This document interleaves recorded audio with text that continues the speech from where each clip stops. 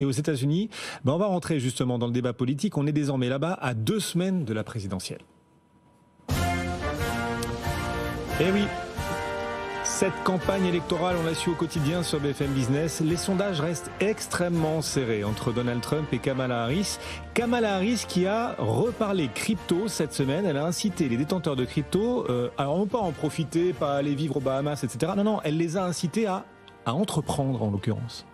Tout à fait, et il y a eu un effet que personne n'avait vu venir, c'est qu'il y a deux types de sondages. Les sondages que l'on connaît bien, qui sont relativement serrés entre Donald Trump et Kamala Harris. Globalement, leurs positions crypto n'ont pas vraiment évolué depuis la dernière fois. Trump s'est positionné en fervent défenseur des crypto-monnaies. Il a même annoncé sur son Twitter cette semaine le lancement de son coin, le Financial Liberty. C'est quelque chose de dingue de voir un tweet comme celui-là avec un lien, un site internet en mode venez, connectez-vous, achetez notre token. C'est quelque chose c'est impensable de voir ça. En France, on n'imagine pas ça. On l'imagine pas du tout. Et quand on dézoome un petit peu, on se rend compte de deux choses. Les sondages sont certes serrés, mais il y a un money market. Que ce soit avec Polymarket ou que ce soit avec Kalshi, une autre plateforme qui permet de prendre des positions.